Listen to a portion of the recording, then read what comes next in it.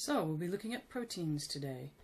And as you recall, there are four classes of macromolecules: carbohydrates, which are pretty much for fuel and building materials; lipids, which are a diverse hydrophobic group of molecules; proteins, which are really the molecular tools of the cell; and nucleic acids, which are informational polymers. Pretty much anything that's happening in your cell, there's definitely a protein that's involved in it. They account for more than 50% of the dry weight of most cells. And there are 8 major classes, types of proteins. Hormonal proteins we've already seen when we looked at blood glucose regulation with protein hormone insulin and glucagon.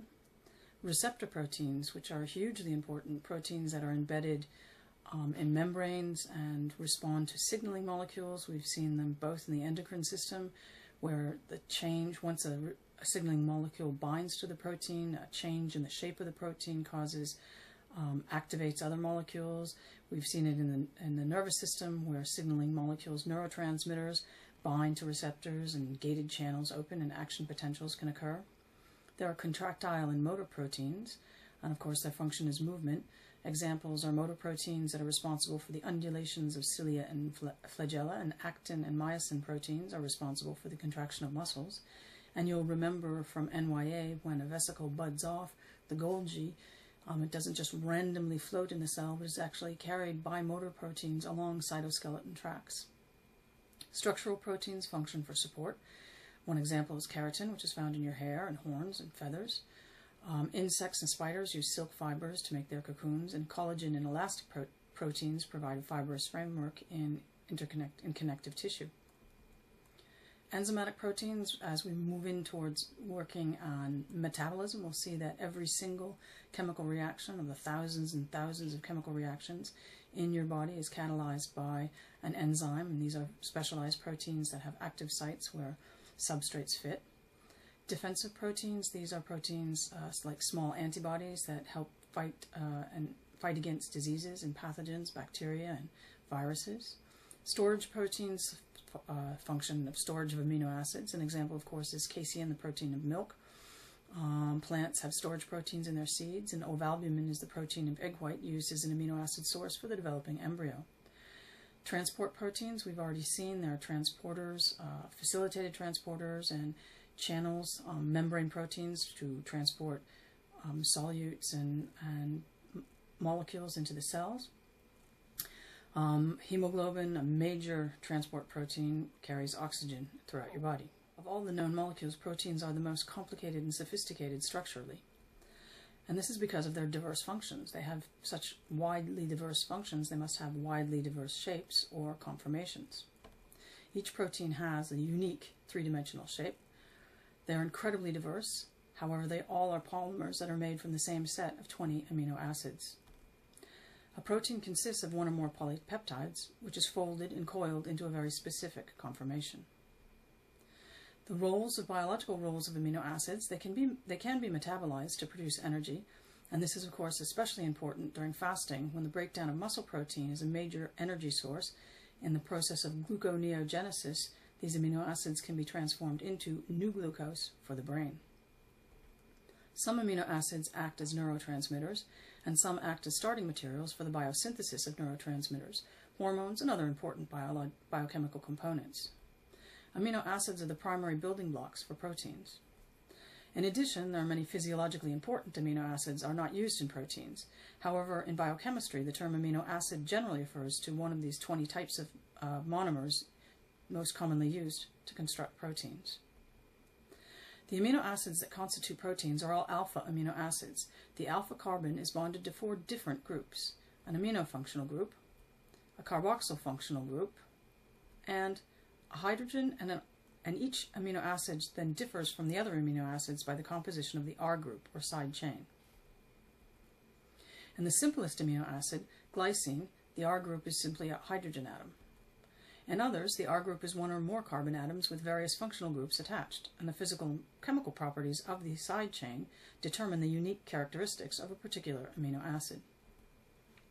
At physiological pH, which we know is narrowly ranged between 735 and 745, the amino acids are present in their dipolar ionic state. That is, they have a positive and a negative charge on the same ion. Note that if both groups are fully ionized, the overall net charge of the amino acid, ignoring the side chain, is 0. These forms are called zwitterions, and the zwitterion form predominates at neutral pH. So usually you'll see them written as the zwitterion form, but if they are not, keep in mind that in physiological conditions they are both the amino and the carboxyl group are ionized. Amino acids act as biological buffers and help maintain pH within the narrow limits of life.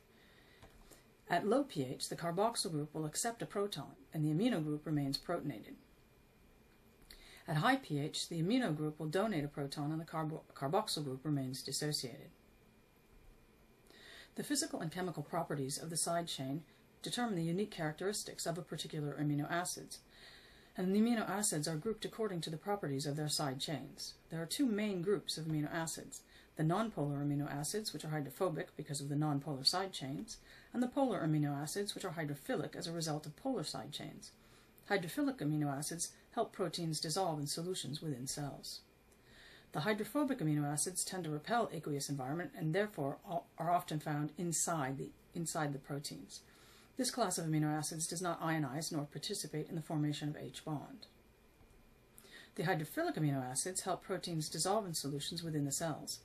The hydrophilic amino acids tend to interact with the aqueous environment and are often involved in the formation of hydrogen bonds and are predominantly found on the exterior surfaces of proteins or in the reactive centers of enzymes. Acidic amino acids have side chains that contain a carboxyl group, and as I mentioned before, at cellular pH, the carboxyl group is dissociated so that the R group has a negative charge. The basic amino acids are positively charged. Very stable interactions known as salt bridges can occur when two oppositely charged side chains are in close proximity. A protein chain will also have one free alpha amino group and one free alpha carboxyl group, which can participate in electrostatic interactions. The essential amino acids are those that an animal cannot synthesize in sufficient amounts to meet its needs and therefore must obtain from its diet. Additionally, infants and growing children must be supplied with others such as histidine and arginine. The 8 essential amino acids for adult humans include tryptophan, methionine, valine, threonine, phenylalanine, leucine, isoleucine, and lysine. Plants obviously must be able to make all of their amino acids. Humans, on the other hand, do not have all the enzymes required for the biosynthesis of amino acids and must get them in their diet. Amino acids are linked together by joining the amino end of one molecule to the carboxyl end of another. Removal of water, or dehydration, allows the formation of a covalent bond known as a peptide bond. This is known as dehydration synthesis, and here we see the joining of two amino acids to make a peptide, so it's a dipeptide. The repeating structure of the atoms forms the polypeptide backbone, and the side chains are coming out of it. At one end of the polypeptide chain, there's a free amino acid, and at the opposite end, a carboxyl group. Thus, the polypeptide has polarity with an amino end, or N-terminus, and a carboxyl end, a C-terminus. The specific conformation of a protein determines how it works, and in almost every case, the function of the protein depends on its ability to recognize and bind to some other molecule. For example, antibodies bind to a particular foreign substance that has invaded the body. Enzymes have an active site that recognizes and binds to substrate. And as we've seen, receptor proteins bind to very specific signaling molecules, which then activate signal transduction cascades. And here we can see that a hormone has bound to a receptor on an adipocyte or fat cell. And this has activated cyclic AMP, the second messenger, and activated protein kinases to eventually activate triglycerol lipase, which breaks down the triglycerides into fatty acids, and glycerol, which are then sent in the blood to the peripheral tissue as fuel. Which hormone do you suppose that is? Structural levels of a protein is traditionally discussed in terms of 4 levels: the primary, secondary, tertiary, and quaternary levels. They're distinguished from one another by the degree of complexity in the polypeptide chain. And of course, a single protein molecule may contain one or more of these protein structure types. The primary structure is the specific amino acid sequence, This sequence is determined by the nucleotide sequence of the gene that encoded the protein. The primary structure is really like the order of letters in an extremely long word. The precise primary structure of a protein is determined not by random linking of amino acids, but by the inherited genetic information of the cell. Even a very small change in primary structure can affect a protein's conformation and its ability to function. And as you'll remember from NYA, a mutation in the hemoglobin where a substitution of a single amino acid of the 146 total amino acids in the primary structure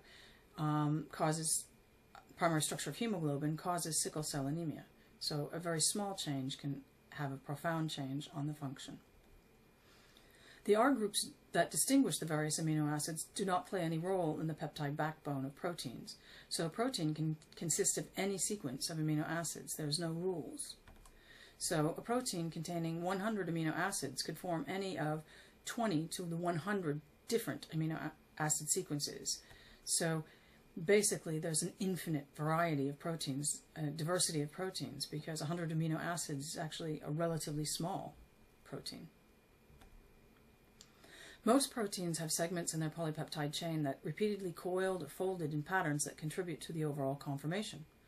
All of these coils and folds, collectively called the secondary structure of the protein, are the result of hydrogen bonds at regular intervals along the polypeptide backbone. Again, this does not involve the R groups. This is the backbone. Because they are electronegative, both the oxygen and nitrogen atoms of the backbone have weak negative charges. The weakly positive hydrogen atom attached to the nitrogen has an affinity for the oxygen atom of a nearby peptide bond. There are two main types of secondary structure, the alpha helixes and the beta pleated sheet. Individually, the hydrogen bonds are very weak. However, because they are repeated many times over a relatively long region of the polypeptide, they can in fact support a particular shape for that part of the protein. And in fact, up to 60% of the shape of proteins is due to the secondary structure, hydrogen bonding. Thus, alpha helices and beta sheets are the major internal supportive elements in proteins. The alpha helix is a delicate coil held together by hydrogen bonding between every fourth amino acid. Some proteins, such as alpha-keratin, the structural protein of hair, have an alpha helix formation over most of their length. Though the hydrogen bonds are fairly strong, they can be broken, which allows the fibers to stretch under tension. Like an old-fashioned telephone cord, the fibers can recoil and the hydrogen bonds reform when the tension is released. The other main type of secondary structure is the beta pleated sheet, in which two regions of the polypeptide chain lie side by side, parallel or anti-parallel to each other. Hydrogen bonds between the backbone hold the structure together. Pleated sheets make up the core of many globular proteins. Pleated sheets dominate some fibrous proteins, such as silk produced by spiders. There are two common forms of protein: fibrous proteins that consist for the most part of alpha helices with little or no tertiary structure. Long polymer chains are arranged parallel or nearly parallel to one another to give long fibers or sheets.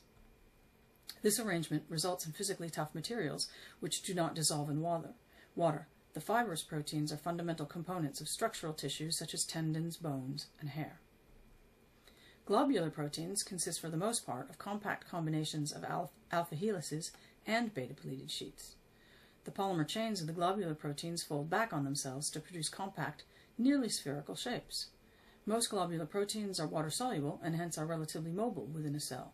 Some examples are enzymes, antibodies, hormones, toxins, and substances such as hemoglobin, whose function is to transport simple molecules or even electrons from one place to another. The tertiary structure is the irregular contortions from bonding between R groups of the various amino acids. The final three-dimensional folded shape of the protein, which positions the various motifs and folds nonpolar side groups into the interior. The final folding of the protein is determined by its primary structure.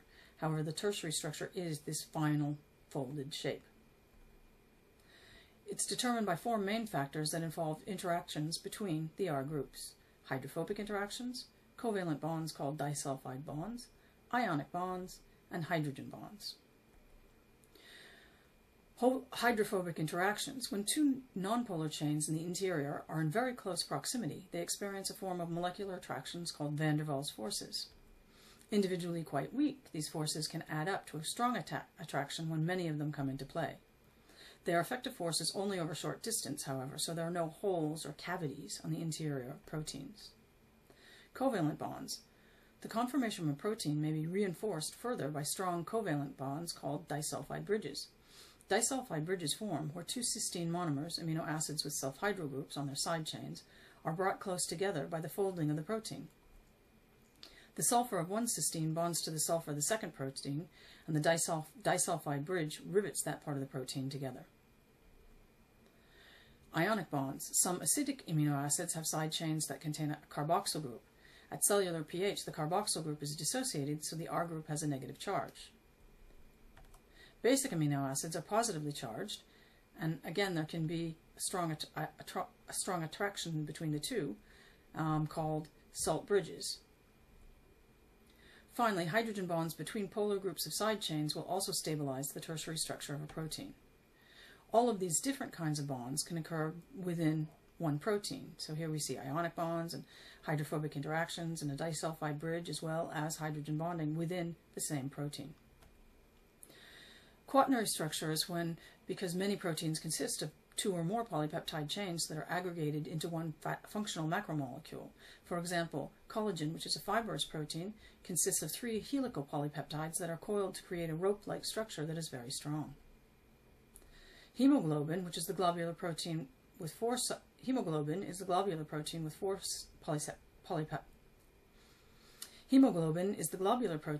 polypeptide subunits that transports oxygen.